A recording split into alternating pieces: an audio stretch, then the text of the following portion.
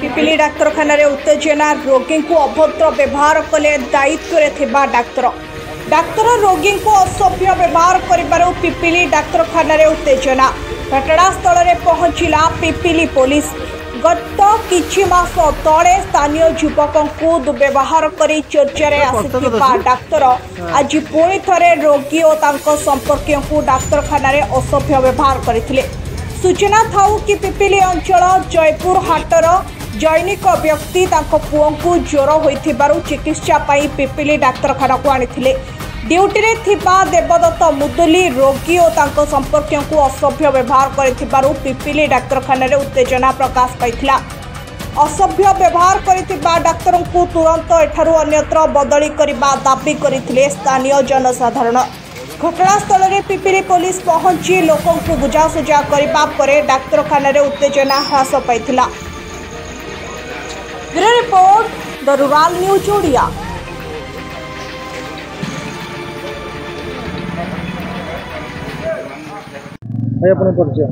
मो ना प्रफुल्ल सुबुद्धि मो पु ना आर्यन सुबुद्धि एक्चुअली मो पुर देह खराब थिला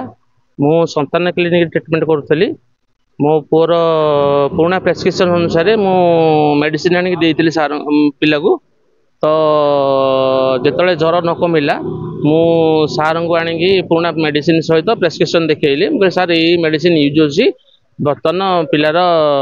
टेम्परेचर कमुनी बर्तमान दैट साइड कोन करबा ना तार हार्ट प्रॉब्लम आज 10 वर्ष है गोटे पिला गोटे जगह ट्रीटमेंट होता बाहर ये केमती बाहर ना तुम गांडू माने पूरा रंग यूज वार्ड करके पूरा खराब व्यवहार कले तेणु मु कहली सार गोटे काम करूँ आप खराब व्यवहार करने दरकार नहीं मो पिला को लेकिन मो बाहर को ट्रीटमेंट कराया जाऊँगी किसी आवश्यकता नहीं आप ट्रीटमेंट करने दरकार नहीं तो मो बाहर मो पिला को ट्रीटमेंट करी ये आसे किसी मोर आवश्यकता ही ना कहीं जदि गोटे जगार जदि आमर जनसाधारण जदि आम पिपिली अधिवासी जदि ठीक रे ट्रीटमेंट न पाइबे ये कहीं डाक्तरखाना डॉक्टर रहिबे किसी आवश्यकता नहीं ये एभला डॉक्टर रहा किसी आमर ये आवश्यकता नहीं रंग यूजटा कोन को भाषा भाषा माने खराब लैंग्वेज रे गाली गुलज कले को लैंग्वेज को सब पिला तो केबेटू डॉक्टर माने मोर आज मो पिला माने ज्वर होईची मानथले मेडिकल आज्ञा व्यवहार व्यवहार खराब कले कौन कहले ना ना उचित नुहे कहीं मो पक्षे जब गोटे एजुकेटेड पिला भर जब व्यवहार कर भर से कौन न व्यवहार करें ये कौन रहा दरकार एक्चुअली गरीब लोक टी आक्चुअली सरकार तरफ अनुरोध एम माने ये जगह भल डॉक्टर अपॉइंटमेंट करूँ कि एमती डॉक्टर ये अपॉइंटमेंट दिंतु ना जे कि माने जनसाधारण हैरान हे नहीं। अशोक मल्लिक जो पेसेंट आसी घर पिपिल जयपुर से छोट पिला को लेकिन आसला बापा आसते कौन से आगुरी ज्वर होता से डॉक्टर पाखु बाहर को डॉक्टर पाखु मेडिसिन देते रिपोर्ट गोटे परीक्षा कर रिपोर्ट आनी देखले देखला सार कहले कौन हार्ट प्रोब्लेम अच्छी कि से लोक कहले ना आज्ञा आम से रेगुलर मेडिसिन खाऊ बोली जाऊ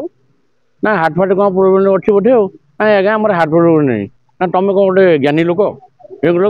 से आड़ साड़ू दुर्व्यवहार देखले जो कथा जो कथा कहबनी सी कहले जे आपण को एमती कहते ना कहले कौन मोर से लगे कहले जहाँ भाषा लगे कहले आमको अम कर सम कर डाक अम करी सम करी यही टाइप भाषा कहले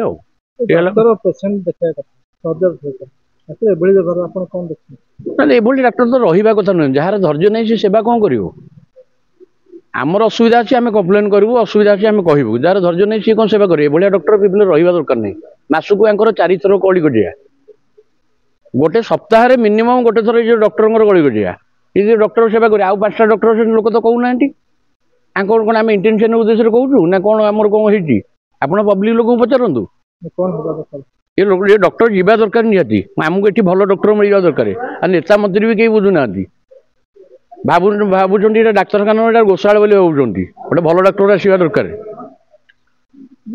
पूर्व घटना हाँ दुर्व्यवहार बहुत थर देखी एमती कली कजिया लगी भल कह इंटेंशन किसी कंपानी पीसी नहीं बर्तमान मेडिसिन अलग अलग लिखुं इच्छा है कि मैंने जहाँ दरकार गोटे 5 सार से लिखुं बर्तमान 500 टकर मेडिसिन गोटे गरीब लोक आसो तार पेट खराब अच्छी से गोटे बटिका नब ताकू लिखा 500 टकर मेडिसिन 1000 टଙ୍କା सी आसी जदि किए शिक्षित लोक कही आज्ञा सी कहीदेव आज्ञा यहाँ मोर ये मत तुम मोटू ज्ञानी अधिका आम तुम डॉक्टर बोली तुम जहाँ कह एडमिट कर तुरंत डॉक्टर को कड़ा जाऊ आउ भल डॉक्टर पोस्टिंग करा जाऊ मुझे कौन कहि डाक्तर भितर से एमती व्यवहार करिया कथा नु कौन डाक्तर मोर जड़े बंधु आसते जयपुर छोट पिला 8-10 वर्ष देखेले से कौन डॉक्यूमेंट देखेले देखेला कल तुम हार्ट प्रॉब्लम अच्छी ना क्या हार्ट प्रॉब्लम ना ना तुम कौन ना आम हार्ट प्रॉब्लम ज्वर हो देखी दिंतु ना तुम केते पानी अच्छी मु देखी ना कौन एम व्यवहार कर तो पिलांगर किसी प्रोब्लेम ना ज्वर हो हार्ट प्रॉब्लम ना आम तो रेकर्ड अच्छी हाँ ना मुझे आईसी फोन कर तुम केते पानी अच्छी मुझे बाहर करदेवी